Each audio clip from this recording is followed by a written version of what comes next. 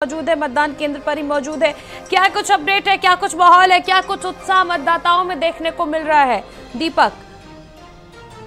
देखिए कृष्णा जी, सुबह 7 बजे से यहाँ पर मतदान शुरू हो गया था। पहाड़ी क्षेत्र है तो लोग सुबह से धीरे धीरे करके मतदान देने आए थे।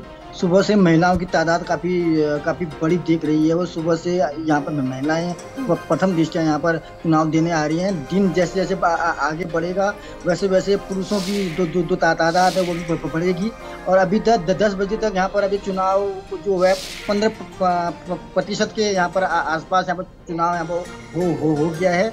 और बीजेपी की जो पार्वती दास है तो उनके द्वारा भी यहाँ पर मतदान कर लिया गया है। और कांग्रेस के जो बसंत कुमार हैं तो उनके द्वारा भी यहाँ पर मतदान पूरा कर लिया गया है।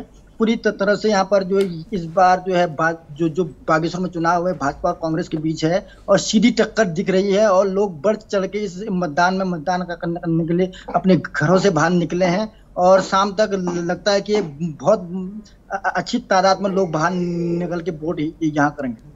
बिल्कुल, हमारे सहयोगी आलोक हमारे साथ जुड़ चुके। आलोक, अगर रुक करें प्रतिशत की, मतदान प्रतिशत की, तो 10.02% जो है वो मतदान प्रतिशत है, यानी कि 10 बजे तक ये प्रतिशत ठीक ठाक है। लोग पहुंच रहे उत्साह के साथ।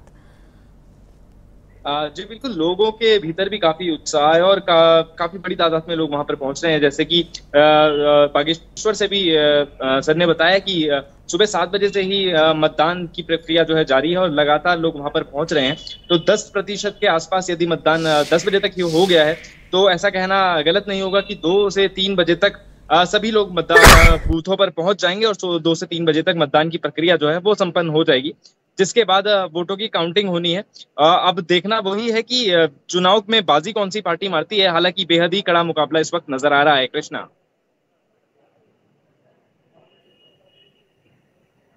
विधानसभा सीट पर जो उपचुनाव हो रहा है वहां पर भारतीय जनता पार्टी के जो नेता है स्वर्गीय चंदन रामदास के निधन के बाद हो रहा है।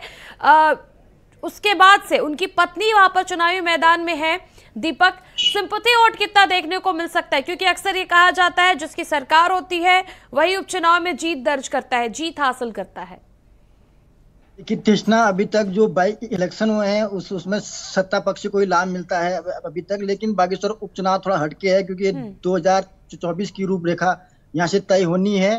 तो सिंपैथी वोट के आधार पर यहाँ पर भाजपा ने पार्वती दास को मैदान में उतारा है। लेकिन वो वोट देखना है कितना कारगर होगा नहीं होगा, क्योंकि भाजपा बार बार अपने वोट को बदलते रही है। उन्होंने कभी केंद्र के नाम पर वोट मांगा है, कभी मुख्यमंत्री के कामकाज के नाम पर वोट मांगा है। तो उनका अलग अलग यहाँ पर चीजें रही हैं। देखना है कि जो चंदन रामदास के काम है उन कामों को वो किस तरह से लोगों के बीच वो बता पाए हैं। क्या सिंपैथी वोट कितना पड़ता है, ये बहुत बड़ा प्रश्न है। क्योंकि बीच में जब से यहाँ पर बॉबी पवार वाला जो यहाँ बागेश्वर में गिरफ्तारी हुई है तब से सिंपैथी वोट थोड़ा घटा है।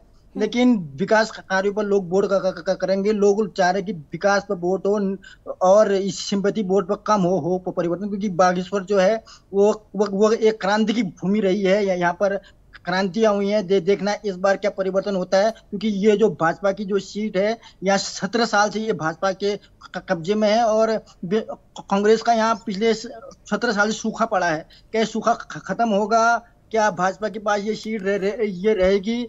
ये कहना कब जल्दी रहेगी। लेकिन 2024 के लिए ये चुनाव फाइनल के तौर पर देखा जा रहा है। और कांग्रेस बीजेपी के लिए ये सीट बागेश्वर की सीट है, ये नाक का सवाल बनी बैठी है, क्योंकि इससे ही आगे की उत्तराखंड की राजनीति तय होनी है। जी बिल्कुल, दीपक और आलोक आप दोनों बने रहे हमारे साथ। और बागेश्वर